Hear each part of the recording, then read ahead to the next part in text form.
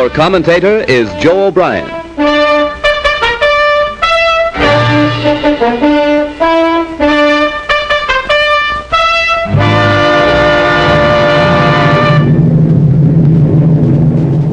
Here is the motion picture record released by the United States Navy of the havoc wrought by the Japs' sneak sky and sea raid on Pearl Harbor, America's mid-Pacific naval bastion.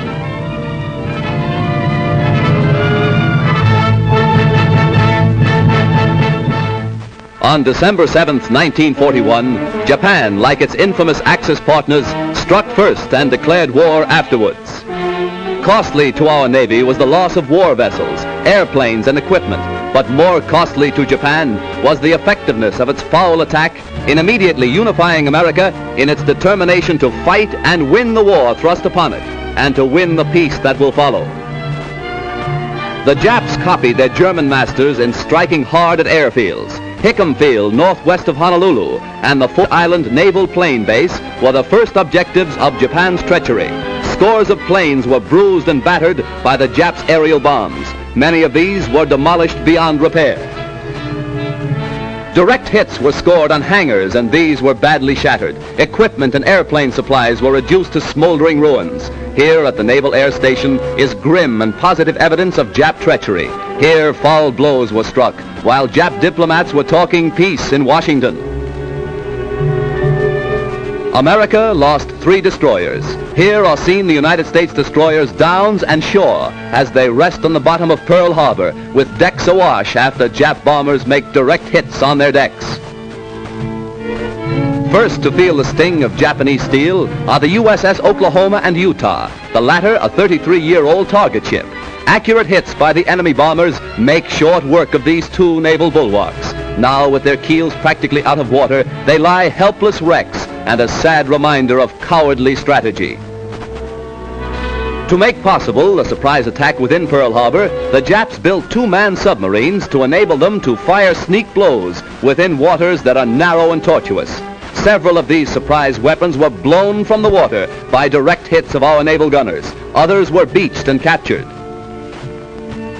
While sky and sea fire was still raging, salvage crews inspected our naval craft to estimate what may be saved. Before the din of bursting bombs had been silenced, preparations were underway to salvage these 2 warships. At low tide, the huge propeller of the Oklahoma, stilled by the enemy, was high above water. It is believed that the small 2-man Jap submarines carrying dual torpedo tubes were responsible for these 2 losses to our Pacific Fleet.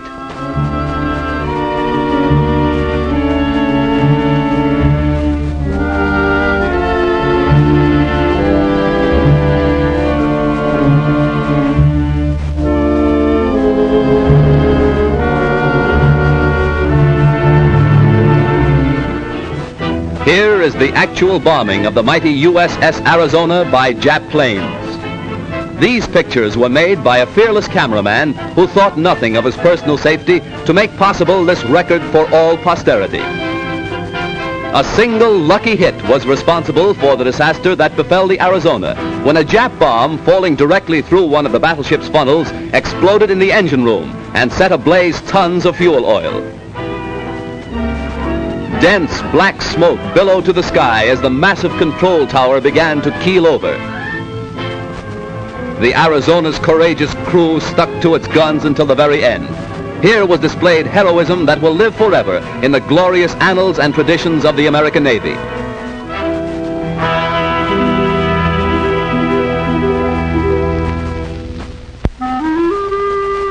The once mighty Arizona now rests on Pearl Harbor's muddy bottom, a pitiful relic of its former self, a grim monument to the treachery of Japan. The once mighty dreadnought's armor plate is twisted and torn, but the great battleship's control tower still stands, a defiant beacon that in days to come will cast its shadow upon Nippon's very shores.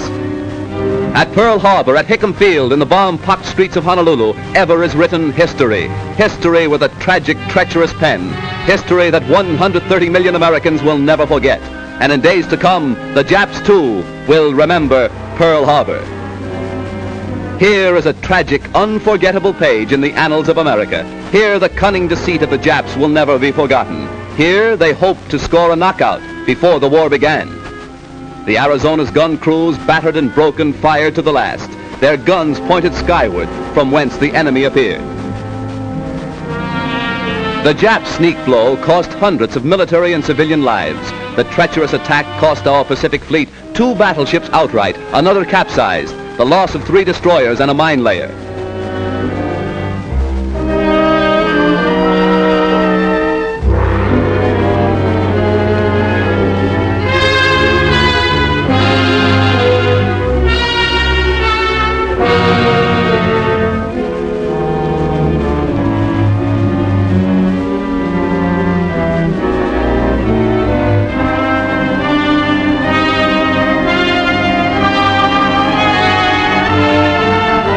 While bombs were still bursting and flames still pouring from our shattered naval craft, a light United States cruiser valiantly moves out to join the fleet and avenge Pearl Harbor.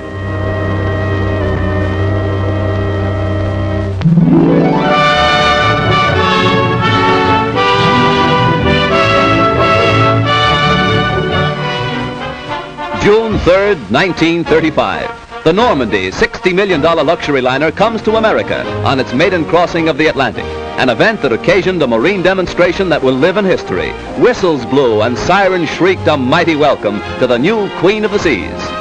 The famed skyline of America's greatest city formed a fitting background for America's greeting to one of the most stately ships that ever crossed the Atlantic. 6 years later, shortly after the United States entered the war, the Normandy was seized and placed under naval guard.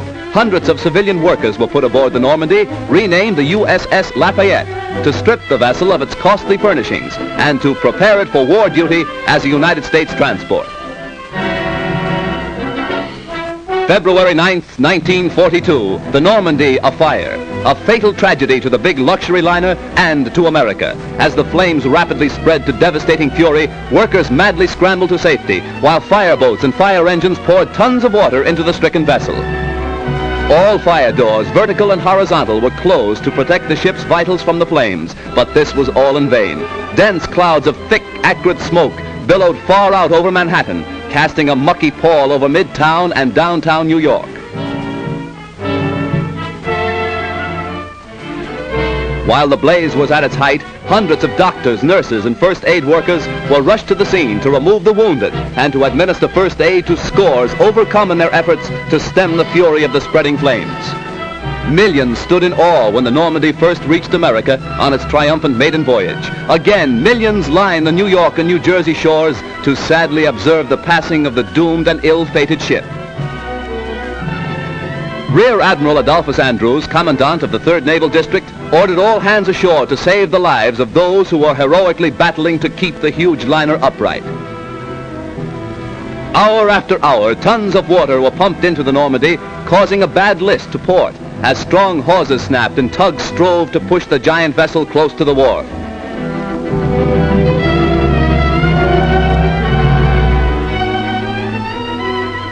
Then, during the night, the Normandy met its final doom, when, with a resounding crunch of ice and a belch of smoke, the 83,000-ton vessel dipped her flame-scarred superstructure into the surface of the Hudson River.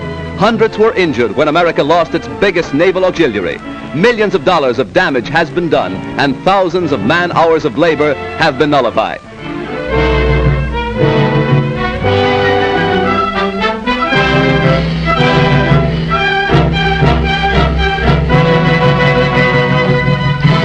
Accident or sabotage, the world may never know. But the fate of the luxury liner Normandy, rechristened the USS Lafayette, is one of the major catastrophes of our day.